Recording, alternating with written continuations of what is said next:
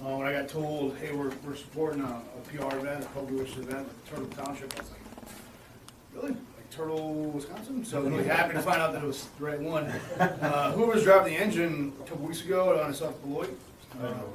Yeah, and you know, I'm in the same neighborhood. I didn't, like, that's not, it can't be our truck. You said green one, so that's how it came in. So that's how they kind of came to be. They're like, well, can you teach a class? I said, well, absolutely. So I was actually going to be on shift tonight, so I was going to fly in for this event, but then, because I was so close, I said, well, I'll just teach a class. And so it's kind of, to give you a background on who I am, sure, I'm from the area. We grew up in Avalon and went to Clinton. You know, Becky and Dietz or Matt are close relation, obviously. Good friends with Andy and those folks. But, so I just recently got out of the Army. Actually retired this month after 20 years, so been flying about 14. I got about 3,700 hours, most of which was in a Black Hawk. Currently retired out of the Guard now, but out of Madison, so most of my time's in a green helicopter. Been flying EMS for about 2.5 years, so I went from active to part-time Guard. Actually, before I came to OSF, I worked for Air Methods. Flight 4 Life out of McHenry, Illinois. The drive got a bit too long, so I decided to change uniforms. So what? So, yep, so do the same thing, just different area. Yep, same thing. So what this is kind of a, it's a little bit long of a slide deck. It's all encompassing. Hopefully it's, so it's probably going to be reviewed for some, probably new for others. So we have about 55 minutes before the bird's supposed to take off. It's about a 12-minute flight from our base in Rockford Airport up to here. And so my phones are sitting here, so I'll get a call or a text from there to launch. But so if we got to cut it short, I'll cut it short. I'll try to talk as fast as possible. If you have any questions, by all means ask. There's a lot, but I'll do my very best to kind of highlight the important stuff that makes sense. So without further ado,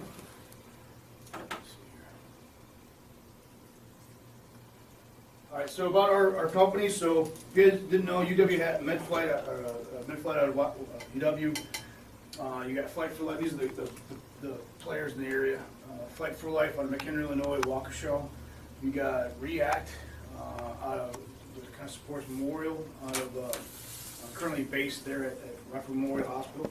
And then OSF, or Life Flight, my company.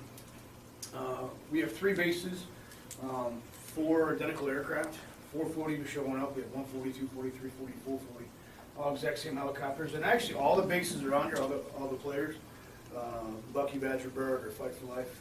They're all very similar. They're all Eurocopters, either 135s or 145s. There's slight differences, but they're all pretty much the same, for lack of better. Yours was always bigger, though. You could handle bigger people. Yep. So the 145 is basically a ton bigger. Essentially, so you can handle about 2,000 pounds more. So it's a little beefier. But UW and REACT both have, Memorial both have 125, so we can take a bit more things here. So 135 ops, don't worry about that. So basically, it's our on-call, non-scheduled flights. So every time we fly a patient, that's a customer, is the FA's viewpoint. So that's 125 ops. We, unlike some, not to compare the two, but unlike some companies, like, for instance, Flight for Life out of Waukesha, they are, the medical staff are kind of managed and owned, if you will, by Freighter or Milwaukee, where the air crews and the mechanics are managed by Air Methods, which is a company out of Denver, so they're kind of operated by. It's kind of like you might fly on a JetBlue that's operated by Air Wisconsin or something, so it's just kind of who actually does the FA stuff. So, one of the things that kind of my boss wants to kind of highlight is the fact that we work for OSF, so the Three Sisters or the Third Order of St. Francis. It's a non-profit organization. OSF Aviation is a subsidy of that. Just for money reasons, it is a for-profit thing, but it's, I don't think they actually make a profit. I think it's all underwritten by the loss compensation. But we're the first, a lot of this is going to be talking about Illinois because it's huge. We teach a class to, because we're so close to work. We're the first IFR program, which means we can fly in the clouds in Illinois. And We have the G-Press approaches all the way from St. Francis down in Peoria, St. Anthony. But for more closer to here, more related, so if you, Beloit Airport, even Janesville, just because the approach that we're talking about is actually the hospitals. So there's always instrument approaches to and from airports. We can always use those. So we don't. So you can, so you can come in overcast. You're not talking bad weather. Not, and we'll, it's a little bit for the slide deck. It's not icy, not stormy. We don't want to fly lightning. A lot of Rain's okay. So what? Rain and stuff. Yeah, rain's fine, visibility, there is visibility, lower ceilings, it's perfect dive flight conditions, or instrument flight conditions, so. But wintertime, winter months, actually no program in the area has that capability. It's just too expensive to do that, so. So if it's December, January, it's 100-foot ceiling and icy, then Oh. gotta go back down, so.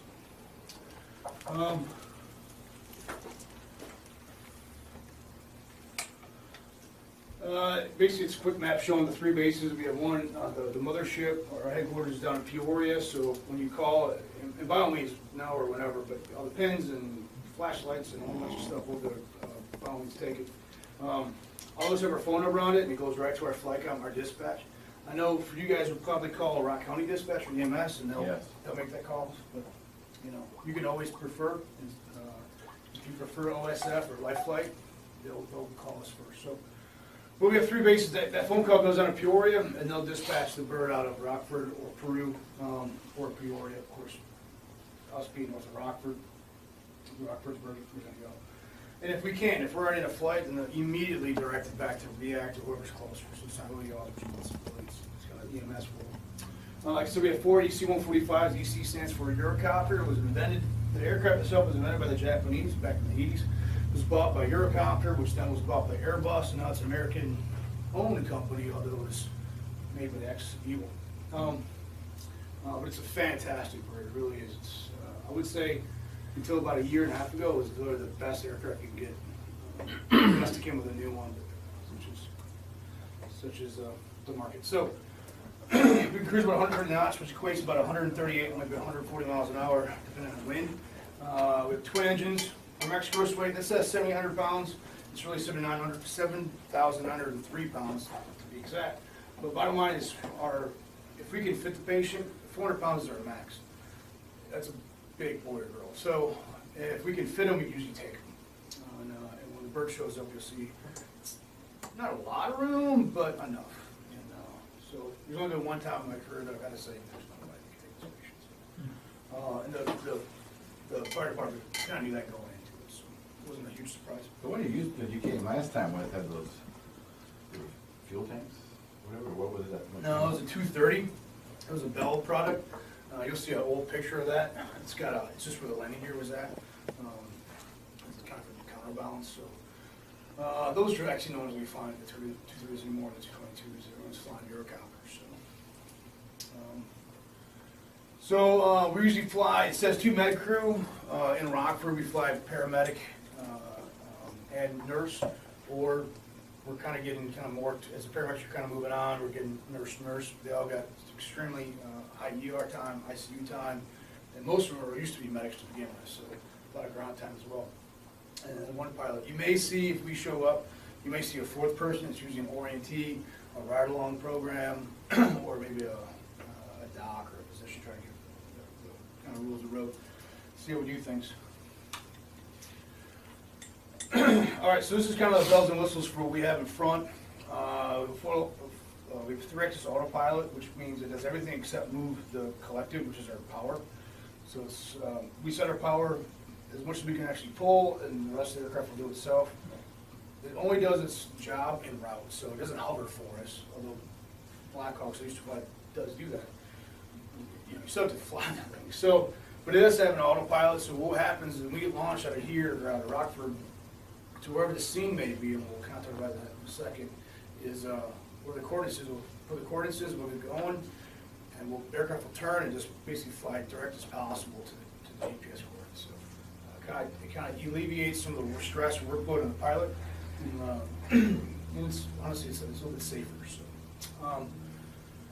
Here we talk about instrument certified, flying through the clouds. We all fly with night vision goggles, military grade. We have 2 Garmin 430s, and we also have a GMX 200, a movie map display with storm scopes. We have a lot of, basically 3 GPSs. So we get lost, it's because we get it backwards. Movie map display, TWAS, terrain avoidance, and traffic avoidance. So if there's an aircraft in the area, we'll see it. So it's basically just a warning, an audible warning. Storm scope, any kind of lightning strikes, it'll give us warnings for that as well. Downloaded weather radar, so if there's a storm system pushing through, it'll pop up on our 200s, so we'll see all the weather. And then Sky Connect, so all 3 bases, to include FlightCom, is digitally tracking us just like any other GPS would, so they can see us where we're at time and space. So really for our safety, we go down, our little thing stops blinking and there's no problem. So. VHF, we have 5 radio bands, and then Starcom, which is kind of like a sat phone. So Now, we're taught to be on dispatch, what's it, car to car, car to car. Mark II? Yeah, they call it Mark II or car to car. Yeah, Okay. Mark II. Yeah. So in Illinois, you might see on here, it's again, I apologize for more Illinois brief. We use iReach in Illinois, we use Mark II in Wisconsin. So tonight, you're a little bit, if we have a Mark II, we should be getting it.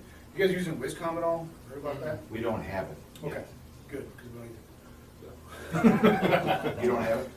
Not yet. Well, we don't have any customers that use it. It's getting more and more, and we are gonna get some, Yeah. up for the rate, it's so expensive. Yeah, well, if you do, and we wanna, it's about patients, it's about the community, but it's also about business, so if you guys do, please You give usually get it for in case you head out of town. You need, when you head up north for a Mavis call. Right, yeah. That's what we use. Yeah, and for us, we kinda, anything north of Janesville is kind of UW's area, and where Waukesha flexes over, so. We're trying to, stay South Beloit, kind of that. Yeah, if you some of your partners in crime, Clinton, Darien, whatever, it becomes a common thing, please by all means, give me a call or make a phone call and say, hey, just so you know, we'll go to eBay. All right, so 4:30, I'm not gonna spend a lot of time on it, it's just bells and whistles for us, because everything, we put in GPS coordinates, we have predetermined HLZs, so a couple days ago, I met with Brian here, we talked about, I know we're using the RC plane area, but for the park, for instance, that'd be a perfect predetermined HLZ. It's protected, you have to park, you can block it off, so if we want to, in the future, we want to discuss that, we can mark it down, and next thing you know, it becomes a store point for our GPS. Hey, you got a scene request, intercept at, Sweet Allen Park, I think. Yeah. Bam, I know exactly where we're going, it's the GPS, and off we're going, so it saves time that way.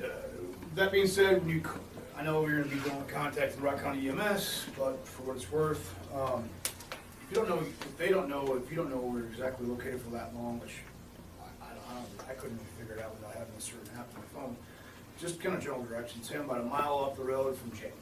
Okay, we can find Jay, and they have road maps on all different programs on their computers. This kind of talks about what we talked earlier. I know I'm talking fast because we have a lot of slides to go through. The GPS for the instrument stuff, it's really good, and there's times where I'll use something more recently. So you guys remember the Dixon or Sterling area itself? Okay.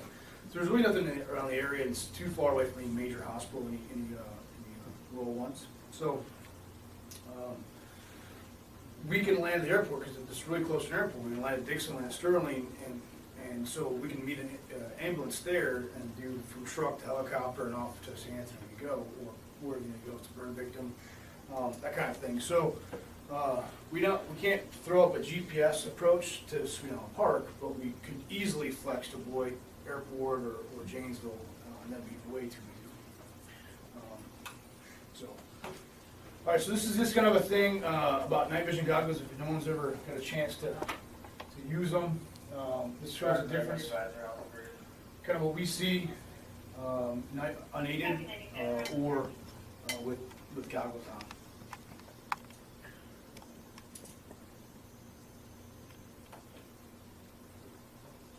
It's a little little bleached out in this screen, because I think you're cover your backdrop, but it really enhances it. The other thing to note is, any white lights or red lights are really superimposed. Green lights are almost invisible because it's already green vision.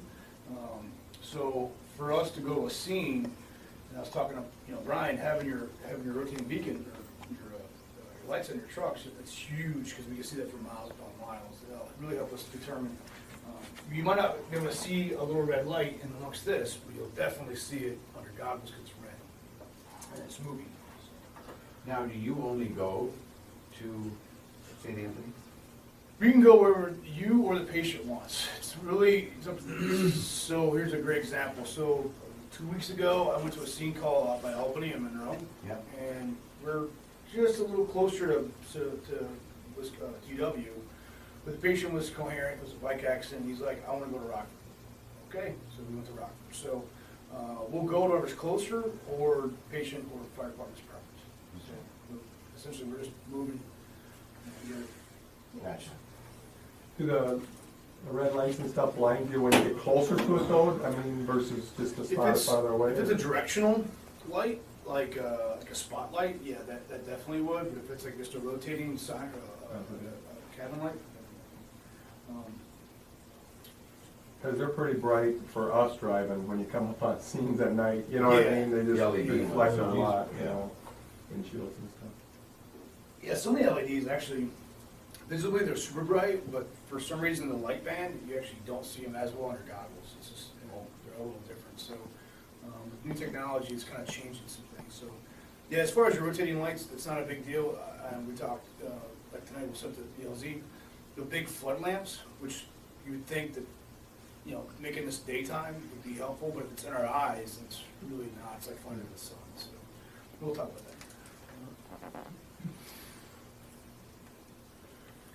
that. This is iReach, we were talking about that earlier. Mark II. Request and dispense information. All right, this is FlightCom, so we have, I would say 75% of the time we have 2 people working at each desk, or 2 people there.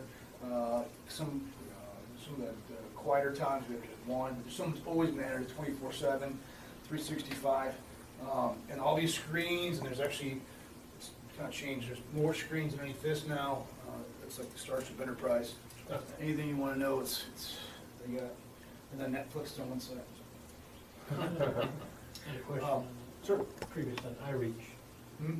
it says, open PL, So that's kind of up and down freaks. So, doesn't our, Mark Car have PL tones on yep, yeah, I don't have it memorized what it is, but it's. it? You have them?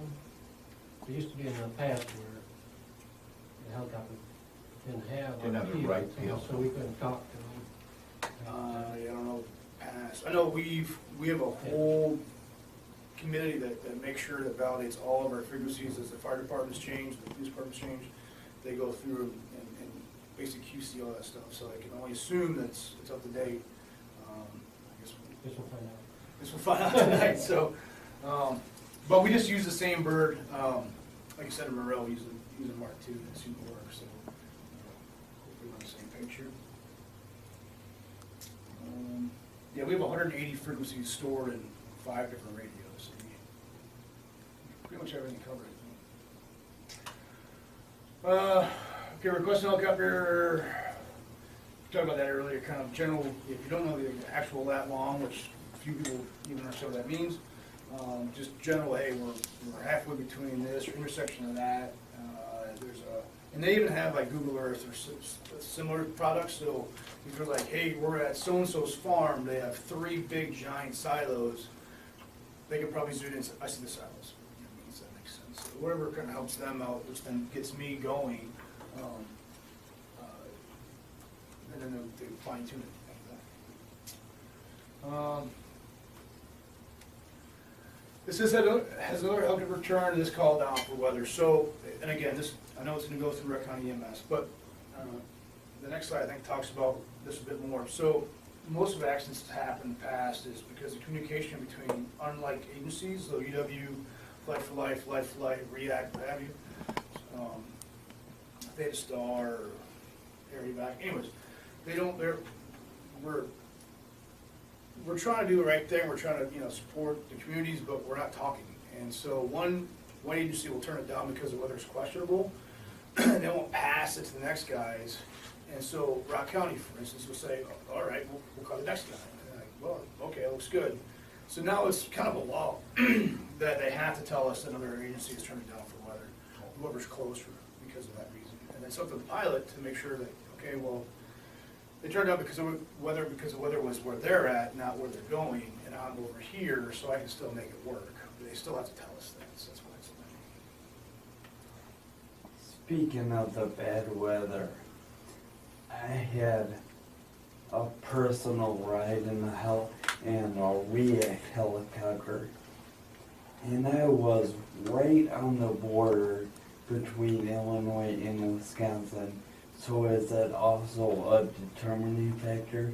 Because I got flown to Rockford Memorial. So if I was more in Wisconsin, let's say, would I have been flown to UW? It goes back to what we were talking about earlier. So if you were, as the patient, right, sir? Mhm. Okay, yeah, so as the patient, if you were, I don't need to get in your business, but if you're awake and conscious and coherent, and you said, I want to go to UW, or I want to go to Mayo Clinic, wherever that may be, we'll fly you where you want to go. In the event of you're unconscious, unresponsive, then we'll go to the closest facility, or there's a little bit of bias, like Rockford Memorial and St. Anthony are both Trauma 1 centers. They're within minutes apart, so we'll go back to St. Anthony.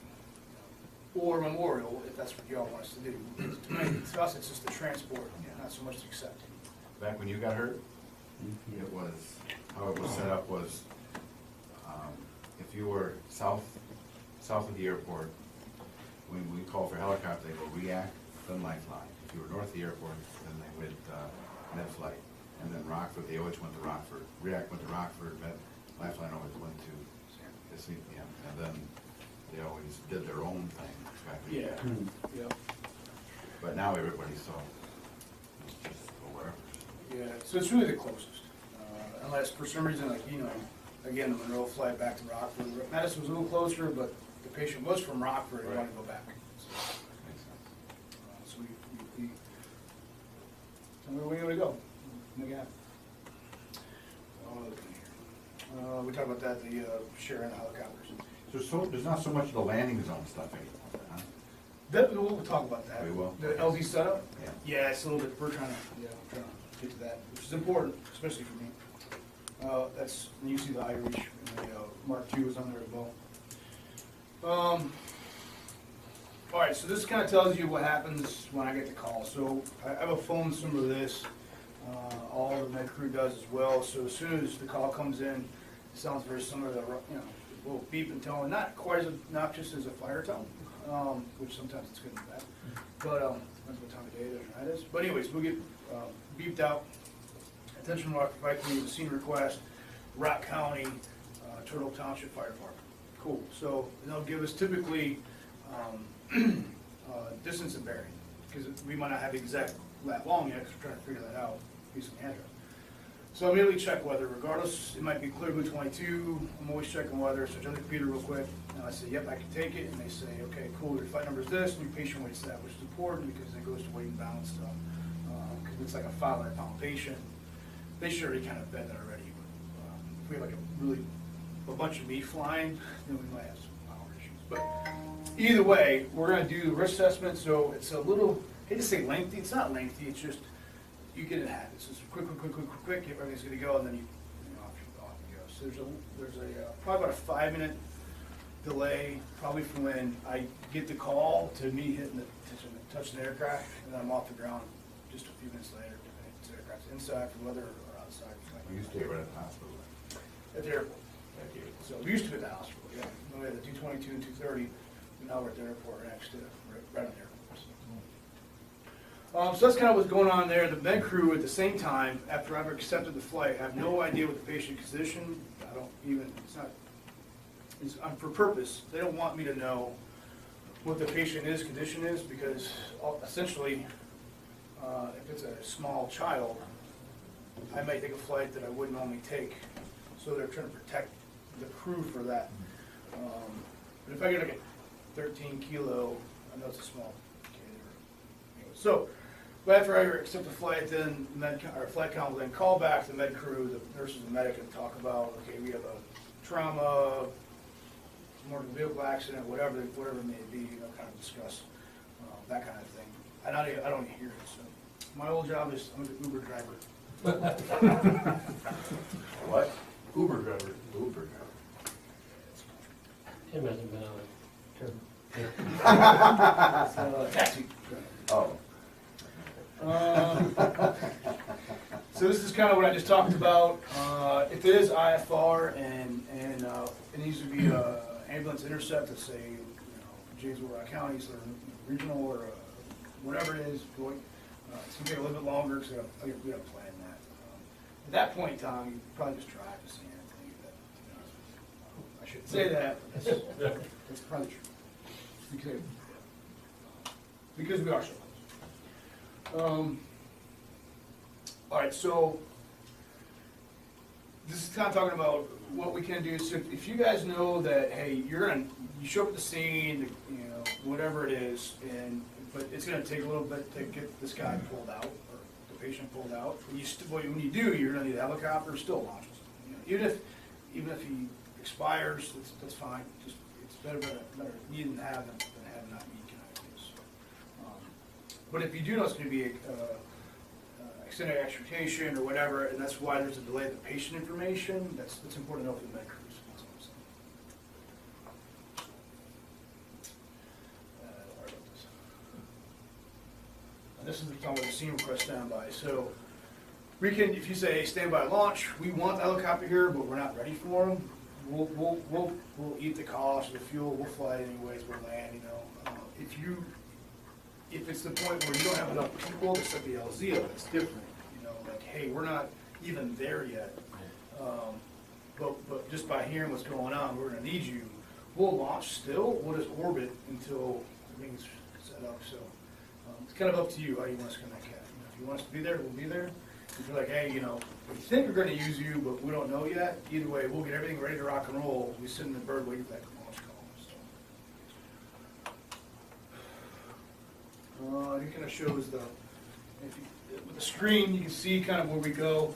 Rockford, here's Boyd, here's Janesville, Madison. So it's a little bit, if you look at kind of where we're at right now, which is right about here-ish, we actually are quite closer to Rockford than Madison would be. So our response time is closer, distance-wise closer.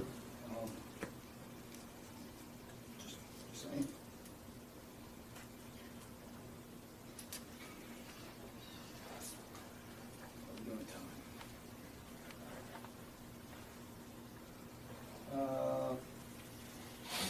This is kind of like the get along with your neighbors agreement. So if the scene, I know we're pretty much going to stay right around the township or Rock County, but for what it's worth, for the brief, if it's a scene and we're not quite sure if it's north, south, whatever, of course your Rock County EMS is going to figure out the closest distance between CW is it going to be Rockford. So, Well, you and your crews and how you want to assess the your situation. family. Your family's here. Oh, I do. Everything's weird. No, it's all good. That's fine. Yeah, so this is never assume we're not flyable. Let us make the decision because we might be seeing a storm system that's over top here right now, but we're tracking it. And by the time we get there, we know it's going to push off and we're completely safe. So, by all means, I would always say think of Plan B though. You're like, hey, if this thing stagnates and we're watching it, we're typically at any point in time when the pilot's on duty, we've got 3 screens showing anything we want to know as far as weather. So we'll kind of know already. We're gonna have a mental idea if we get called here. How do we do that? But by all means, just give us a call. We want to provide a service to the patients in the community. That's really what's all said. It's not about dollar signs, not at all. It's just we want to make sure because I've seen it firsthand where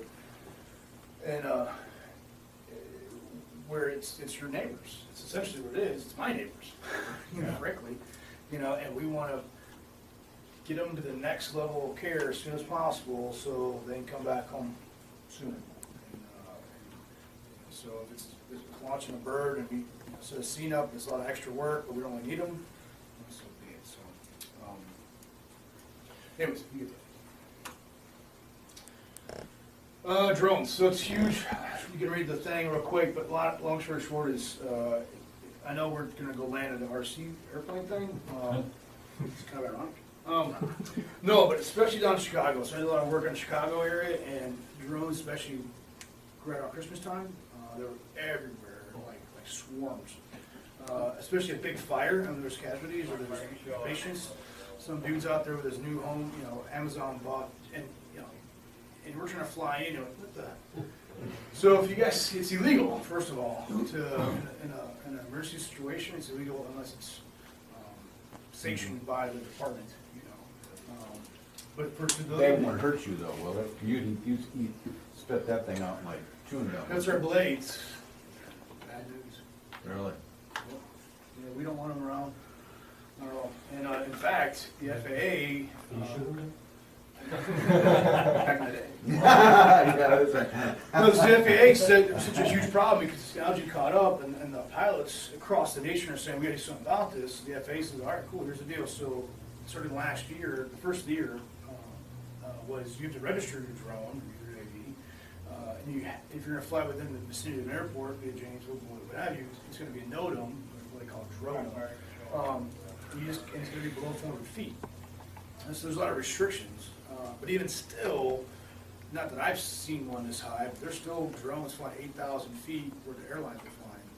They get sucked into intake for airplanes. It's gonna be a bad day for a lot of people. So it's a huge hazard. The problem is, people that have drones want to see things with them. So when there's a big fire or whatever, that's where they're going to be at. So please keep an eye out for that. If you start seeing little LED lights in the sky, it's not us. You know, please tell the sheriff's department, and please tell us if we're inbound. Hey, we're not for sure yet, but we think there's a drone flying around, and we'll do our very best to not hit it. Because it won't get sucked into our engine. It's impossible to happen, but it's your blade. Your blades, that could be bad news.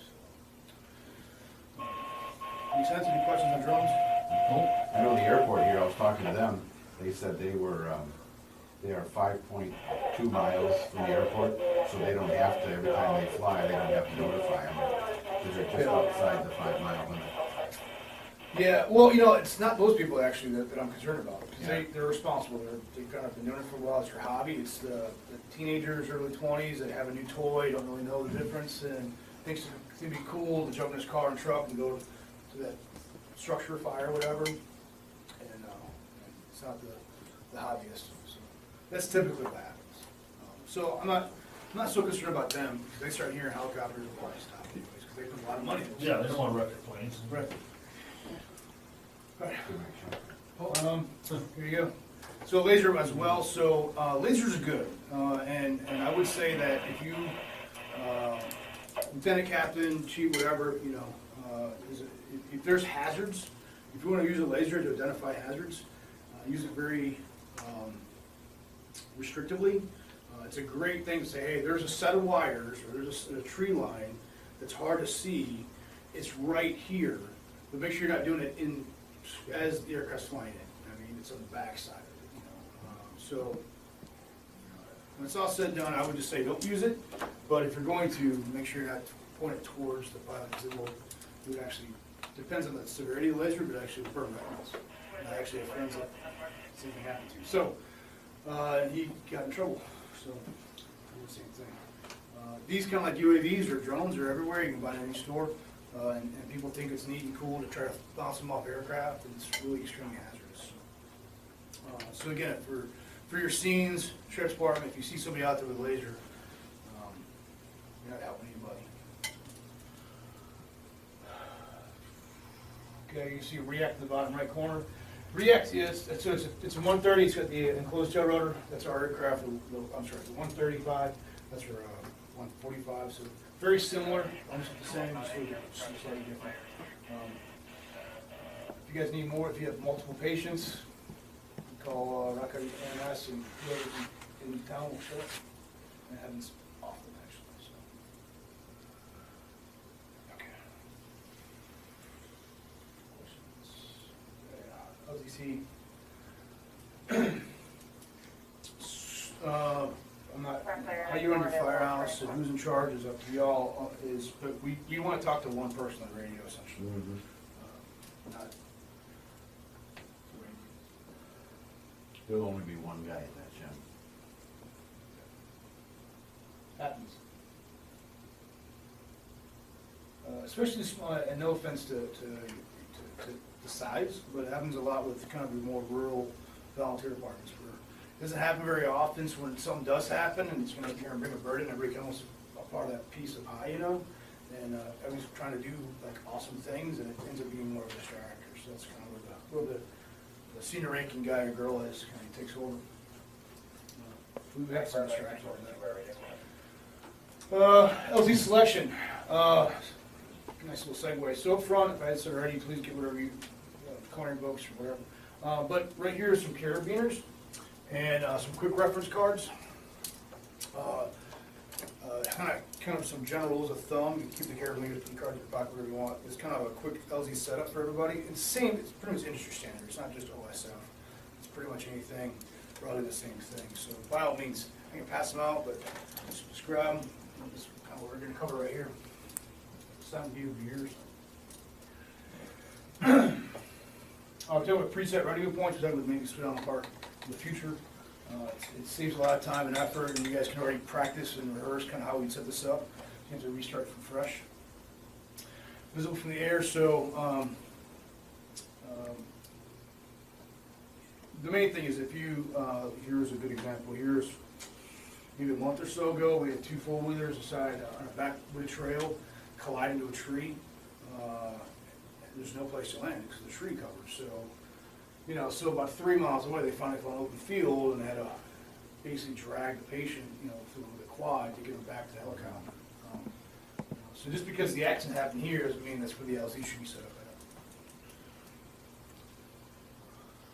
Some risk factors. All right, so obstacle size of the LZ, surface of the LZ. Surface is huge, depends on the season, right? So freshly plowed fields, even though it's big and open, but it's just got plowed and nothing's grown out yet, it can be really dusty. And also our skids could potentially sink in the springtime. Rotor wash, again with the dust.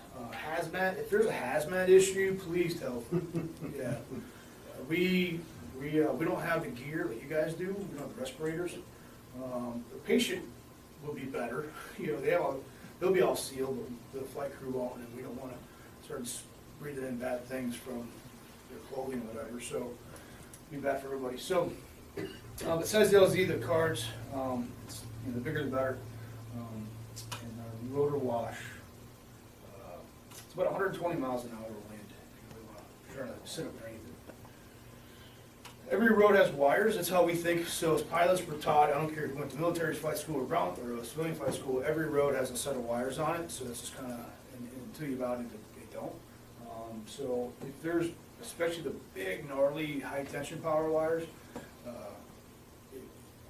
we think all roads have wires, the normal, but if that exists, yeah, please, please, please tell us. We have maps that show it, but pilots are human, so it's easy to miss. So, and then we won't always be able to see, I don't have, it's not on this slide deck, but under goggles, it's not always, you can't see the wires as much, just because of the dexterity of the MVGs. You might see it glisten under naked light or under naked eye with your spotlights, but it's easy to miss the actual power lines, but you'll see the power poles. So if we see the poles, we always try to find the top of it because it's above that. So,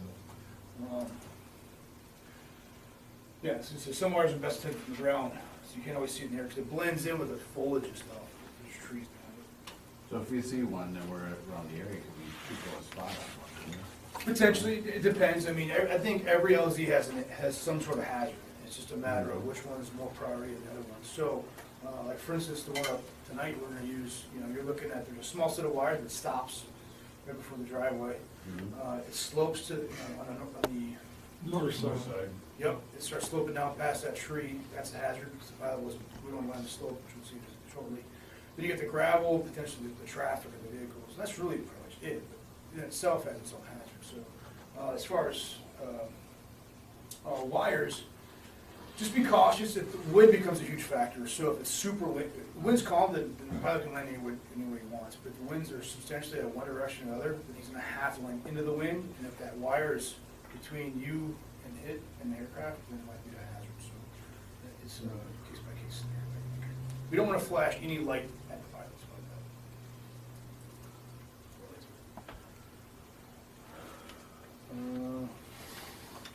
that. Wires. There's a, another, you can see the wires, only because I see the slide. Oh, there's wires like that. And there's also a small set right along there that you can't see because it blends in with the 20-foot trees. I hear a tall grass or a wheat field, is that hard to land in? No, but the other variable to that is, I prefer roads. I prefer roads or parking lots because it's easier, the stretchers, your stretcher, my stretcher, med crew. If you're going through field complexes, if that's all you have, it's fine.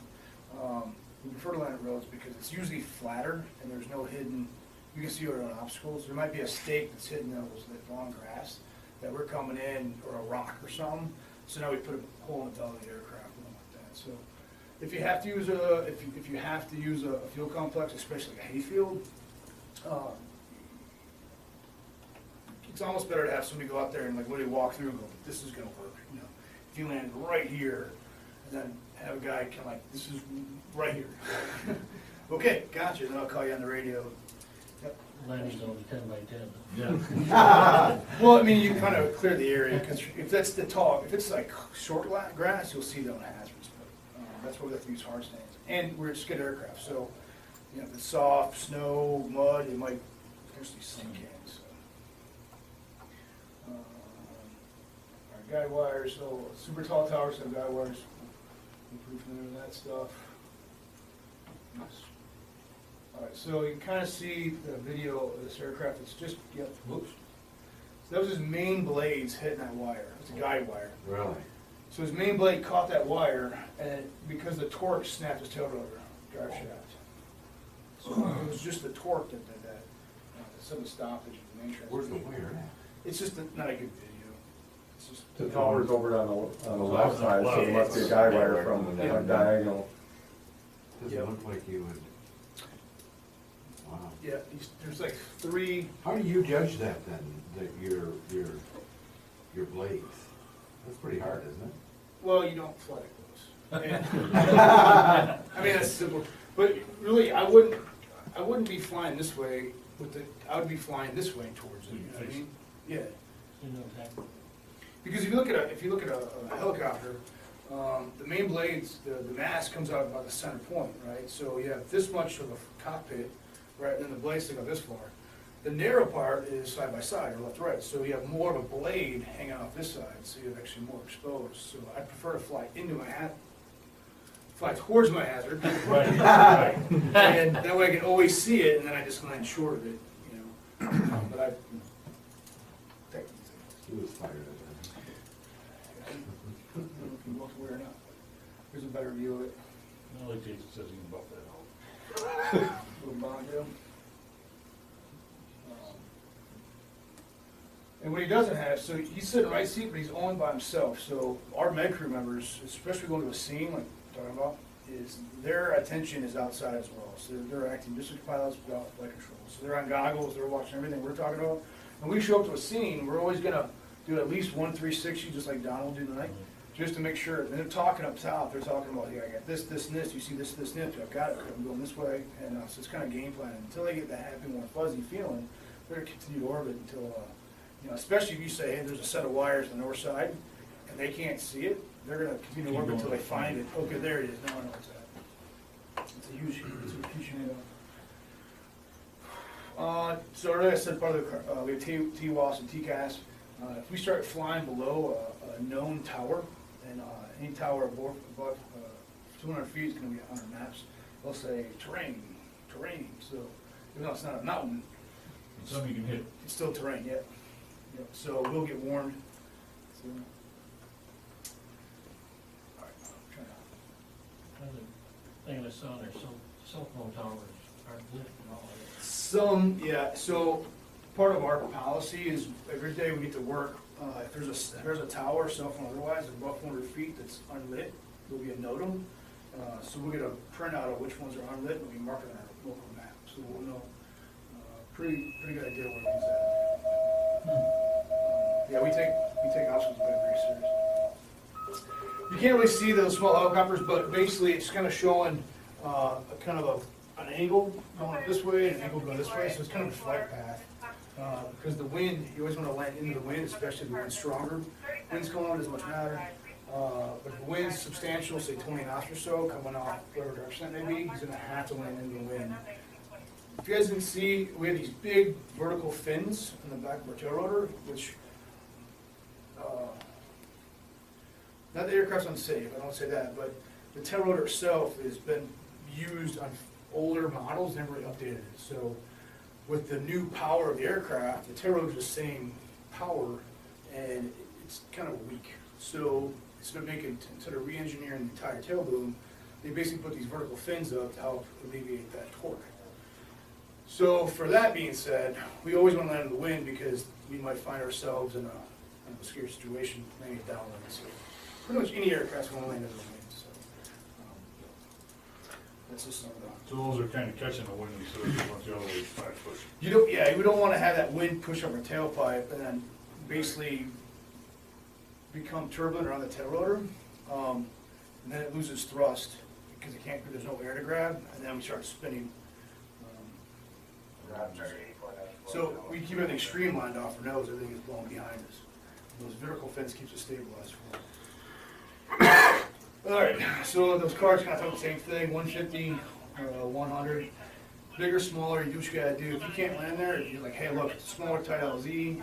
We're training confiners as well, so it's just, you're in the middle of a wooded area, and if this is a flat wooded area, it just happens to be, like, that's all I can really do.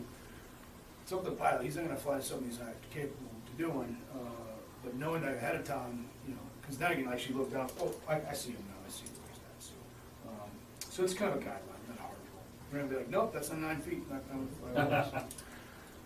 All right, so slopes. All the aircraft around the area, right? Medfly, UW, whatever.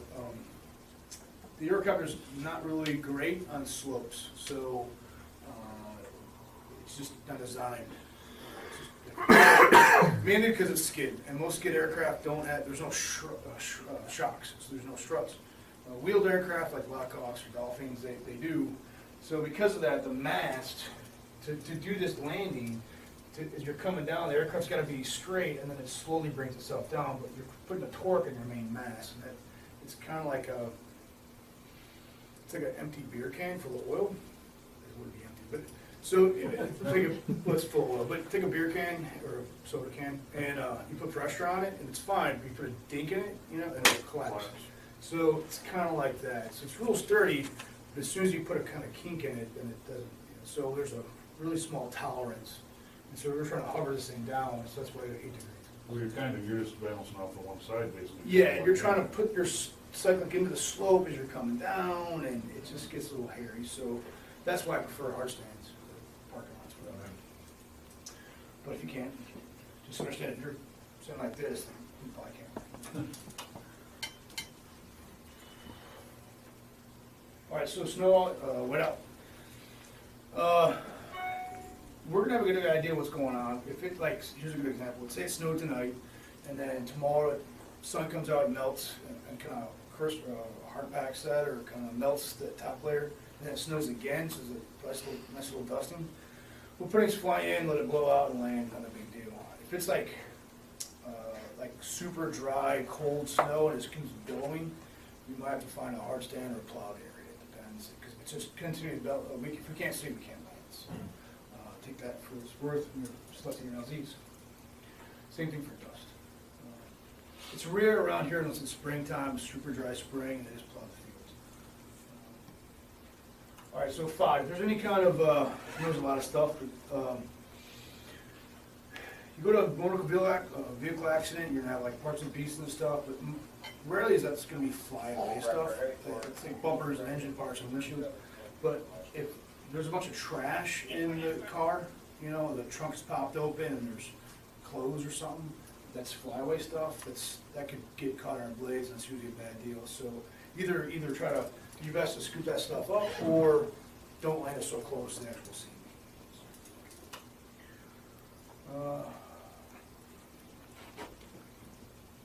So Matt, we have an accident on I-43. We're gonna land you on the interstate. Both sides have to be shut down? If it's, well, is there a Who board? makes that call? Between you and the sheriff's department, honestly. I've landed I-94, and there's a very small medium, you know, just those crash. We had we had to shut down both sides. But if it's a pretty, like, there's parts of 43 where there's a pretty good sized median, you know, I don't know how far that is, but, you know, then you can keep one side open. I don't know if there's a specific distance. But I know if it's a side-by-side freeway, you know, like, if you're going underneath like an overpass or something, where it's really pretty narrow. I think we had it once where we shut down one side on the interstate, and they shut it all down for you to land. But then the other side Right. was going until you're ready to take off, then they shut it down, Yeah, and then you yeah, and that's popular as well. You know, I think every road's a little different. But, you know, there's times like, let's say I-90, that you go by Stoughton, not to go that far north, but we're completely separate to south, we'll, you know, it's obviously. Right, you can just do it one side. All right. I'm sorry for trying to kind of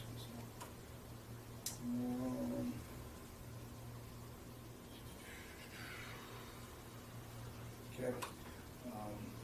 Marking the LZ, we kind of pulled that out earlier. Cones are good, it's just flashlights is fine. If you don't, if you have the time, by all means, please. If you don't, like, hey, I need you to land just whatever, west of the fire truck or the engine, or the command truck, or whatever it is. I don't necessarily, if I'm like, well, I don't see 4 cones, I'm not gonna land, you know, just, I get it, I get the idea, you know, so more's better, but it's not always required. We have that one green one, is that with the wind direction, you already know all that stuff, or? Well, yeah, but wind's a lot to wind on the ground, two different things sometimes. So Okay. if you're on the ground and you know, I don't need, 230 at 5 knots gust to 10. I don't need aviation weather. I just need, winds are generally out of the north and it's pretty gusty. Okay, so now I can match up, it's the exact same thing I'm seeing at 2,000 feet. So, okay, cool, then we're coming from south to north. So the 4 coordinates, if you want to go northeast, southwest, it's fine as well. But really northwest, southeast is all we're looking for. Because confirming what we already are thinking.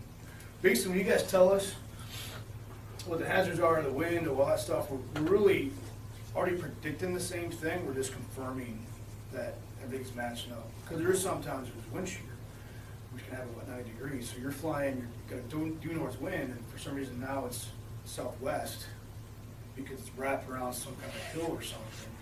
And now we're coming in, now you feel the aircraft start pushing, you have a tailwind landing. Does that answer your question? Yep. Yep.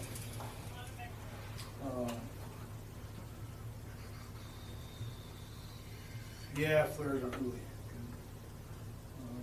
We talked about that stuff.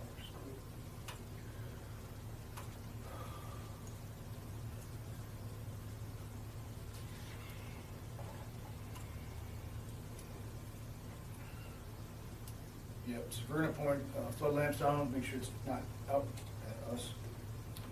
There's been, I would say it's the biggest hazard there is. I can't count how many times I'm like, you guys have to turn those lights off. And then everything goes black. They don't know which lights I'm talking about. Like, that's fine, okay, well, but it's just, it's blinding you, you can't see. Yeah, that brown was black. Yeah. Yeah, yeah.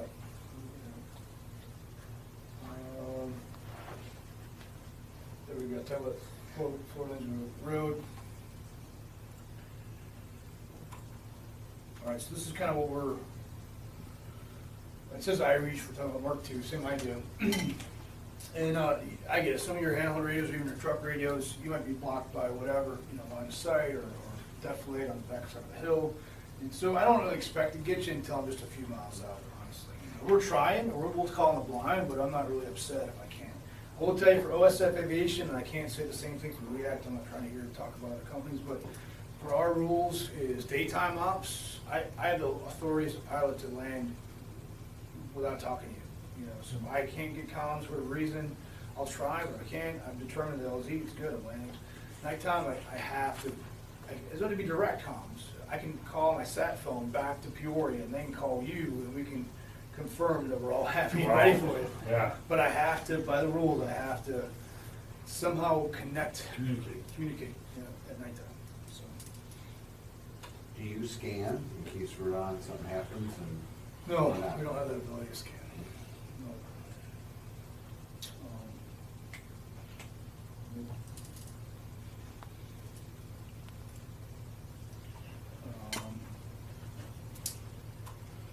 All right, so some of the aircraft, I know it's a lot of stuff, but also one thing that doesn't really talk a lot about, which you should, is really the patients. So if you have any kind of, when your medics are taking over, if you got any kind of patient information, hey, he's still trapped, but he lost his left arm, you know, amputee or whatever it is, you can worry about it long. That's already helping the nurses and medics kind of prep mentally what they're about to get themselves into. He's conscious, he's intubated, he's not, or whatever, you know, he's, you know, whatever it may be. You know. Okay, it's a lot about this.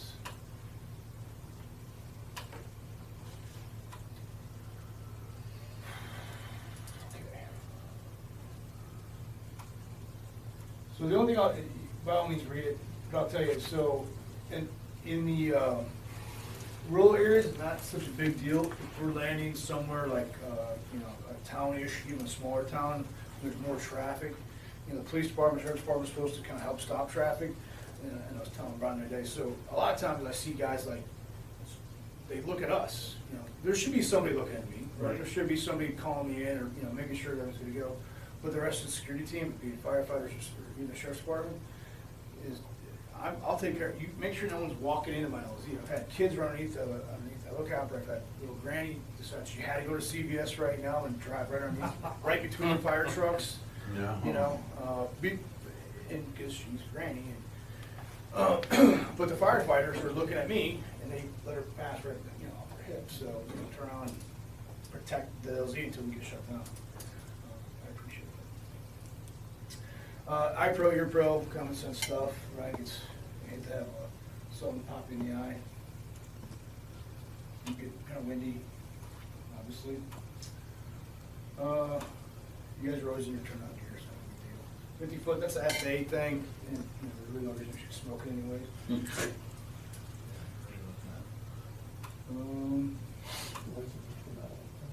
Anything about Are there any terms or keywords to use or not to use? Nope, honestly, it's plain English. There's no secret squirrel language. You know, I've heard, you know, you got guys that are really excited. There used to be an aircraft dude back in the day, and he's bringing us, you know, and that's great. And that's, honestly, just, hey, you know, Life Flight 3 got you in sight, you know, winds are this, here's your hazards, LZ secure, you know, if you're ready for the patient update, here's what we got for you. Cool, we'll be there in 3 minutes. You know? So it's pretty just kind of more laid back than, usually when people get super excited, they're the ones that are like, oh God, all right, guys, Yeah. about to get out of here. Pilots go to radio school? Yeah, I was gonna They ask all them the talk same thing. They all- Yeah. Y'all are just going through. Yeah. As soon as they come on the radio, we It's a helicopter. You know exactly, it's a helicopter. Maybe start liking them. Red Rung are different, other companies are different. OSF will shut down. So Life Flight will always shut down when there's research been done that patient care, and this is what I was going to tell them. So, then with our new aircraft, with the 145s, the time's really not, doesn't change that much. So, the older aircraft, the 230s, the 240s, or the 222s, it would take super long, 7 minutes to shut down. It takes like 2. So, you're not really saving a lot of time. Now you have a lot more noise, and it scares the patients sometimes, so they figure out, like, no, we're going to shut down. So the med crew, one will probably, as soon as we land, one will walk up to whoever the LZ commander is, or the ambulance, and the other one will wait till I hear the aircraft shut down, and then they'll bring the cot and that kind of stuff. Some other companies don't, they hot offload their onload, so just switch them difference. And yours loads from the side or the back? Nope, they're on the clamshells, the back. Yep. Actually, everybody in the area. wants to It go is. out. Yep, yep, we'll, yep, just like that. Yep. That's when I literally shut down. Yeah, yeah, it's just,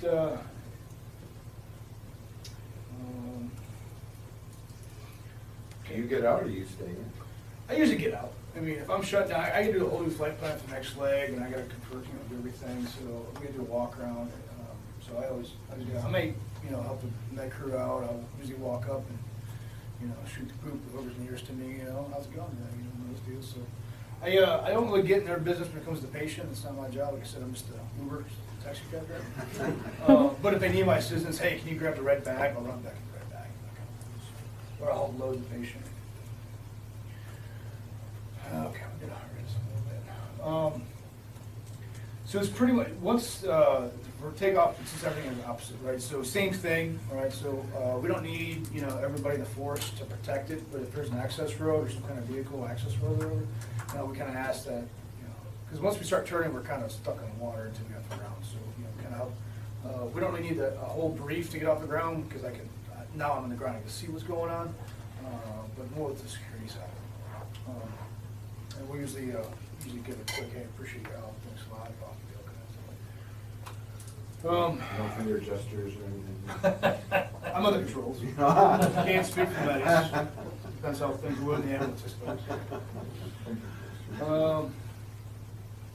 Yeah, so we'll keep up, and what it says for several minutes, so I'll keep up that, there's no reason to change that freak, so I'll stay up Mark 2 until I get out good airspace. If we left something, by all means, give us a call. Or whatever. Don't think I'm lost. I'm likely gonna start changing the free zones.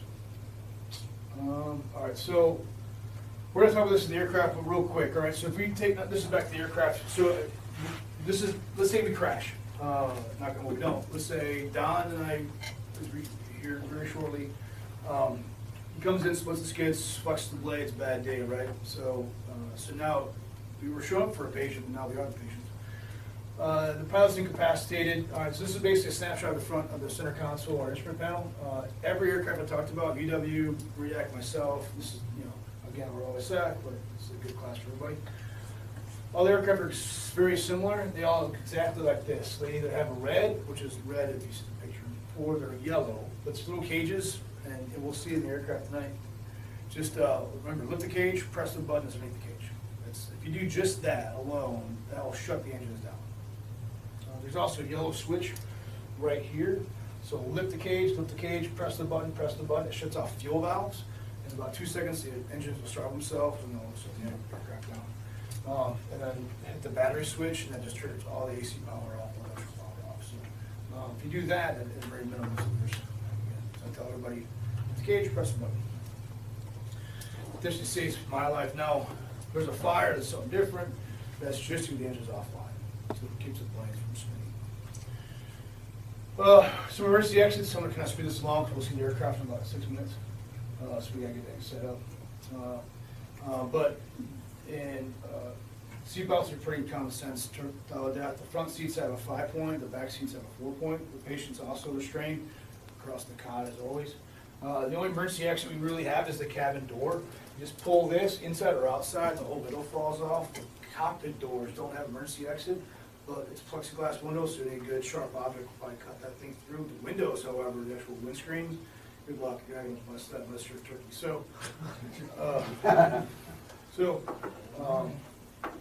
And then the clamshell doors. So the clamshell doors can't be exited from the inside. You have to unlatch them from the outside. So there's no way to get out unless you kick the window or something. There's no way to open the doors from the inside. There's one React, I think, VW, one of the two, have a bird that has an emergency pull thing from the inside. That's the only one. All right. I know I'll try to be quick. Any questions, comments, smart remarks? Before you run out, please grab what you want, but there's a signing roster somewhere.